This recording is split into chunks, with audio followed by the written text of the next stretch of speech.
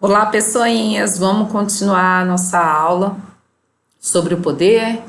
Lembrando que eu estou aqui conversando diretamente com a minha turma FASIP, Rondonópolis, turma de Direito, primeiro semestre, né? Período matutino e noturno. Vamos lá para a parte 2. Pois bem, agora nós vamos iniciar o conceito de poder, tá? Eu queria fazer uma ressalva aí, olha só, se vocês observarem aí, eu coloquei, né, um desenho aí, gente, tudo a ver. Se você me disser que você não conhece esse personagem, que você nunca assistiu um desenho, um filme desse personagem, sinto muito, você é uma pessoa triste, cabecinha de curica, porque esse aqui é o He-Man, né? Quem tem mais aí de 30 anos sabe o que eu estou falando, acho que até mais... A gente tem que ter mais um pouquinho de 30 anos aí para conhecer o He-Man. Eu escolhi o He-Man porque primeiro que eu não sei dos desenhos da atualidade, então eu tô por fora sobre a força, né? Aqueles desenhos japonês, mangá, essas coisas. Minha filha até, ela comenta bastante sobre isso. Então eu optei pelo He-Man mesmo, porque ele tem a força, ele tem o poder, né? Quem que não conhece o desenho do He-Man com os inimigos esqueleto, maligna, e aí nós tínhamos a Tila, o Pacato, o Gorpo, né? Então, He-Man, ele sempre dizia, eu tenho a força. He-Man tinha o poder, porque ele precisava proteger o reino de Eterna e o castelo de Grayskull, olha só. Então, se você não sabe, eu recomendo uma hora fazer uma pausa e assistir He-Man. Muito bom mesmo. Então, ele está aí para ilustrar bem o que seria o conceito de poder, né? He-Man representa bem isso daí. Pois bem, se a gente pensar em conceito de poder, se você for pesquisar no dicionário da língua portuguesa, você vai encontrar várias definições lá para o conceito de poder. Se você for mais ali para o conceito não enquanto verbo, né, mas enquanto sujeito masculino, você vai encontrar várias definições para o conceito de poder e que se aproxima um pouco do que nós vamos trabalhar aqui. Pois bem, é possível você encontrar que poder é a capacidade de executar algo, né? Então, nesse sentido, a gente poderia transformar que seria a capacidade de determinar o comportamento de alguém. Então, seria bem próximo do nosso conceito de poder dentro da ciência política. Poderíamos também encontrar o conceito de que poder é o exercício, a imposição da força física ou moral. Também tem a ver com poder estudado pela ciência política, porque quando eu falo em força física, você tem que lembrar da figura do Estado, não esqueça. Força, poder, utilização do meio, força física, nós estamos aí falando do poder político, poder do Estado. Também poderíamos encontrar um conceito de poder de imposição de obediência. Também uma característica do exercício do poder. A expressão obediência, ela vai nos remeter muito ao conformismo, quando a gente for estudar o conceito de autoridade, tá? Temos também, poderíamos dizer que poder é ter domínio sobre algo. Assim você encontraria no Aurélio. Ter domínio sobre algo é um conceito que ele não explica bem a definição do poder político. Ter domínio sobre algo é como eu vir e afirmar que eu tenho o domínio sobre o direito administrativo, sobre a disciplina de ciência política. Na verdade, não é bem essa concepção. Se nós fôssemos trazer aqui para o nosso conceito de ciência política, nós poderíamos reformular essa definição que está lá no dicionário da língua portuguesa e trazer que poder é ter domínio sobre o outro, né? Sobre alguém, sobre uma pessoa ou sobre um grupo sobre outro grupo, ou uma pessoa sobre outro grupo, e assim, é uma relação que a gente diz uma relação binária, certo? Também poderia definir que poder é a total superioridade que se tem para poder governar. E aí a gente vai entrar muito dentro do conceito de legitimidade. Quando eu falo total superioridade, quando eu falo dessa relação de superioridade, somado ao fato de ter o domínio sobre o outro, né, sobre o agir do outro e definir o comportamento do outro, mais a questão da obediência, eu já estou caminhando para o exercício do poder, já numa concepção de autoridade e autoridade no campo da legitimidade. Nós vamos ver isso daí. Então, conceituar poder, meus amores, a gente precisa ter em mente algumas expressões importantes quando eu vou definir o que é poder. Então, para poder facilitar, eu vou até digitar aqui e eu gostaria que vocês anotassem, tá? Deixa eu tentar aqui, adicionar um texto aqui dentro. Então, vamos colocar umas palavras-chave aí que vai auxiliar a gente entender o conceito de poder. Então, palavras-chave, o que a gente poderia inserir aqui? Deixa eu ver se eu consigo, tá? Isso aqui é novo para mim, viu, amores? Então, nós temos aqui a questão que é um conceito binário, de concepção binária, né? O que isso significa, professora? Toda vez que eu for falar do poder, eu tenho que entender que ele possui como característica ser binário, ou seja, é a relação, necessariamente uma relação entre duas pessoas, ou uma relação entre um grupo e outro grupo, mas sempre será uma relação binária.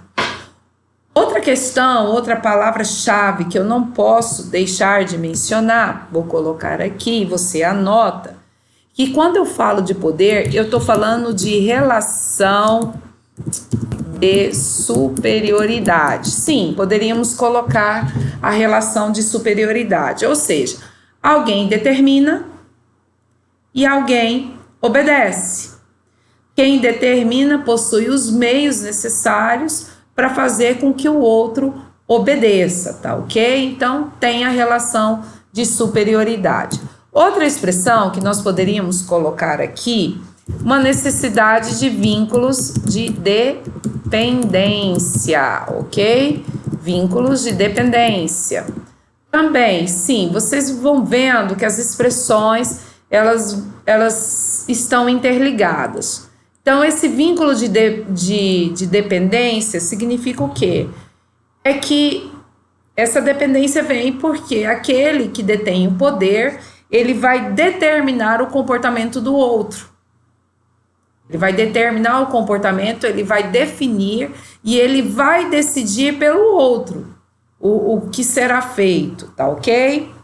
E uma outra expressão que a gente não pode esquecer quando a gente vai pensar na definição de poder, porque conceituar é complicado, né? Porque comporta infinidade de situações. Mas a expressão submissão e conformismo. Submissão e conformismo. Ou seja, aquele que recebe a ordem, que vai ter o seu comportamento direcionado e determinado, ele aceita, ele se conforma com esse poder e ele se submete a ele para se atingir um determinado fim, tá? Para um determinado efeito. Então, a gente tem que pensar também que tudo isso é para a produção de algum resultado. Atingir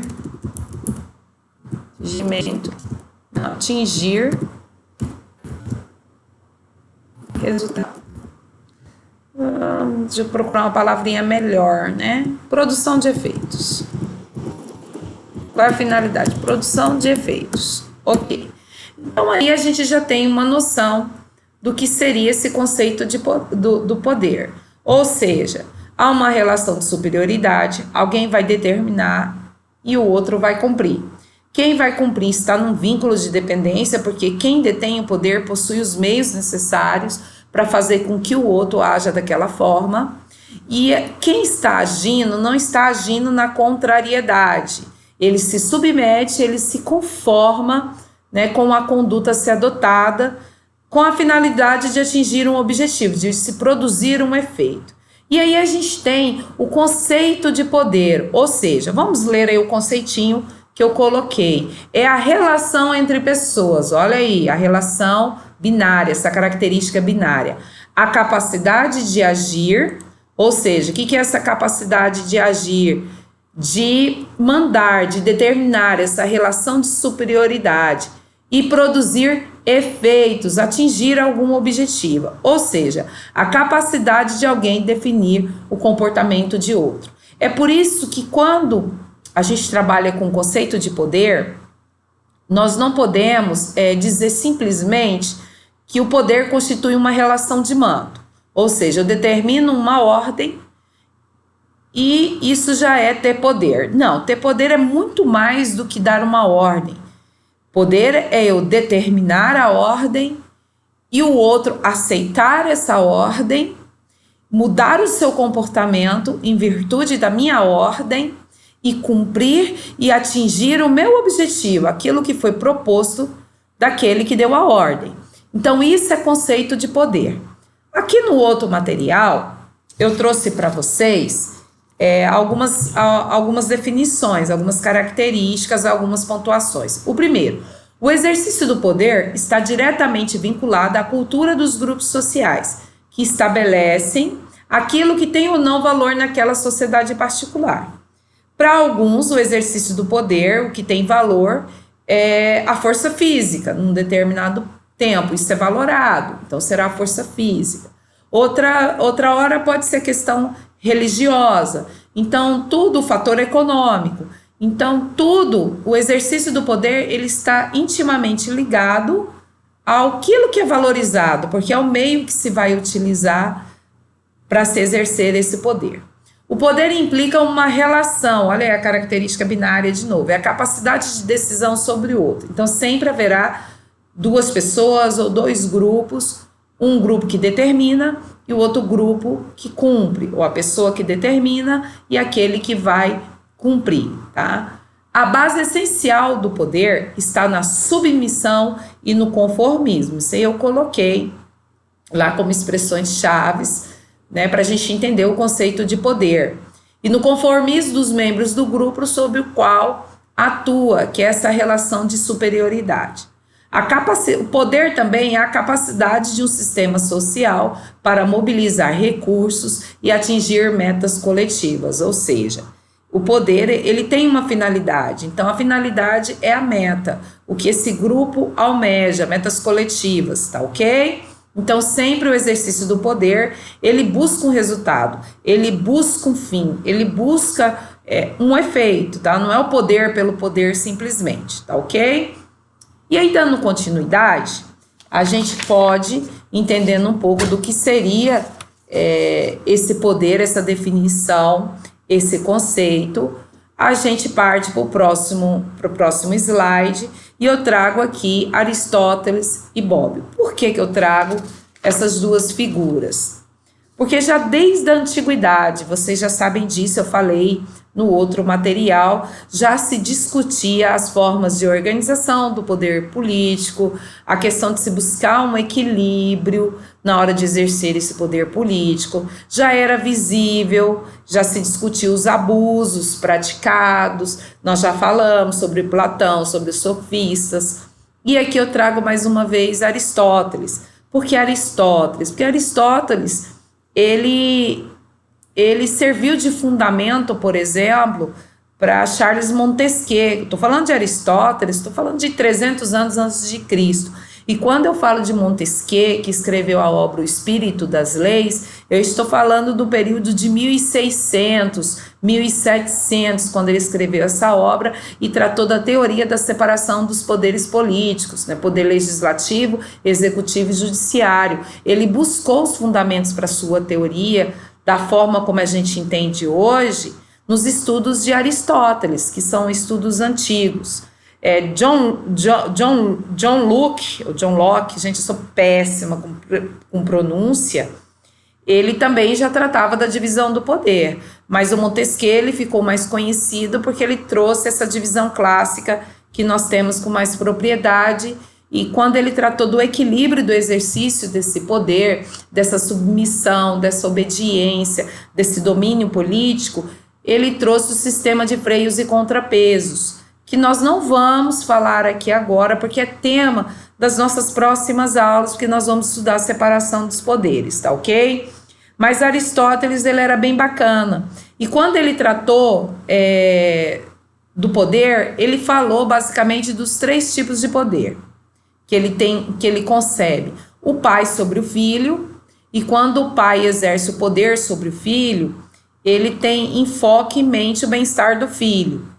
O senhor sobre o escravo, lembrando que quando Aristóteles tratou a questão do senhor sobre o escravo para o bem-estar do senhor, ele recebeu várias críticas, tá? Porque quando em suas obras, ele trata do aspecto utilitarista da escravidão. Então, ele recebeu bastante crítica dos estudiosos, nossos estudiosos modernos, porque ele tratava isso como uma condição natural. E é até interessante isso, essa questão da condição natural, porque Aristóteles, quando ele faz o estudo da comunidade, da sociedade, ele não trata como um pacto, assim como já defendia Thomas Hobbes. Para ele, a comunidade política é uma evolução natural de agrupamentos políticos. Então ele diz que a base é mais simples, é a base familiar, passa pela aldeia, e aí chega a comunidade, a cidade, a polis, né, todo esse agrupamento. Então ele ele escreve que o ser humano só se realiza e só vive bem quando ele está em comunidade, né? Muito mais do que estar só ali com a família. Por isso que ele usa aquela expressão, o homem é naturalmente político, ou seja, é uma necessidade humana viver nessa comunidade. E depois, Aristóteles, ele trata da relação governantes sobre governado. E aqui nesse ponto, ele trata com prioridade, mais específico. E aí ele adentra dentro do poder político, que é esse exercício do poder sobre governantes e governado.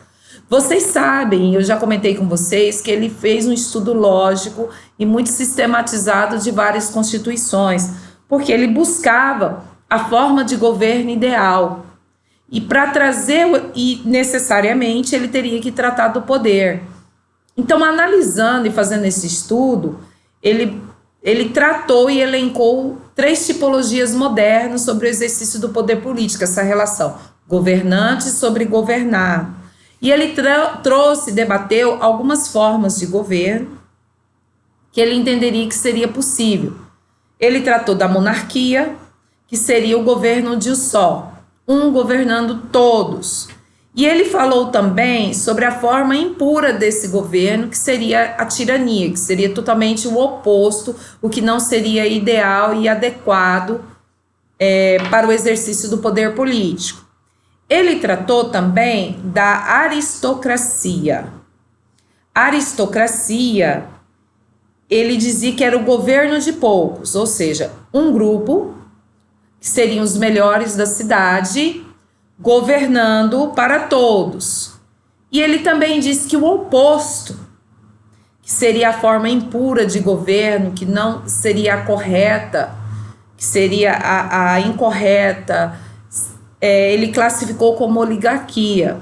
E por último, ele tratou da politeia. Gente, as expressões politeia, democracia, demagogia, teve muitas críticas e divergências aí dos estudiosos, principalmente quanto à interpretação e à tradução. Mas vamos entender que a terceira forma que ele entendeu de se governar seria a politeia, governos de muitos participando desse governo, que seria o que a gente tem hoje, democracia. Mas na época de Aristóteles, a expressão democracia não tinha essa tradução, essa interpretação que nós temos hoje.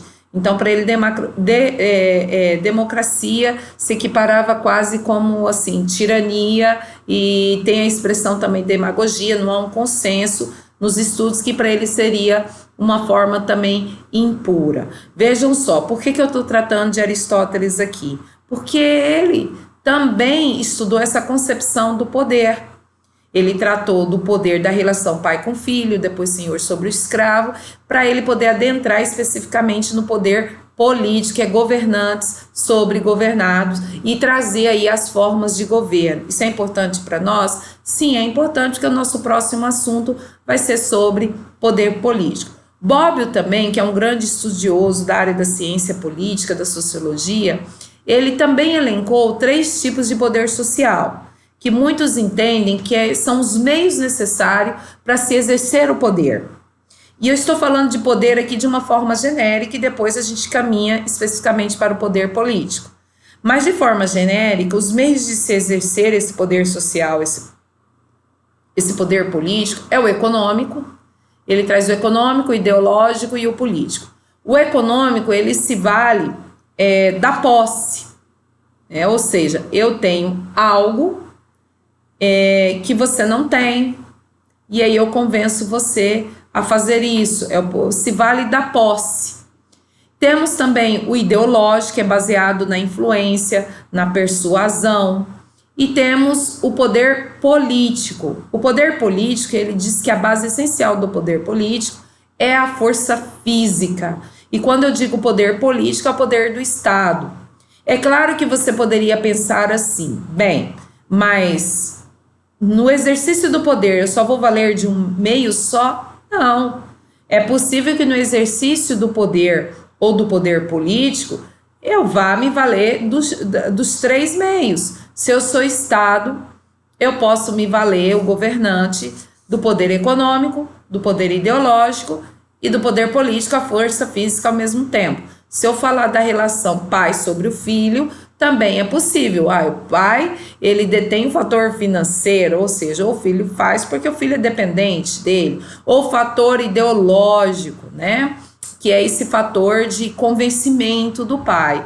Ou a força física, que é o castigo, a coação, a coerção. É claro que a gente não vai adentrar aí na discussão dos castigos físicos, mas seria mais ou menos dessa forma, tá? E aí a gente tem essa concepção do poder. E dando continuidade, acho que eu não estou falando muito rápido não, porque a gente já está com 22 minutos de vídeo, amores. E a gente entra nos requisitos do poder. Deixa eu ver o que vem depois aqui. Requisitos do poder. Esses requisitos do poder eu vou deixar para o nosso próximo encontro, tá ok? Vou fazer uma pausa aqui, porque fica mais fácil de carregar o nosso material depois, o nosso vídeo. Eu acredito que nosso vídeo vai ter umas 4 partes, tá, meu bem? Então, daqui a pouquinho a gente se encontra. Beijo!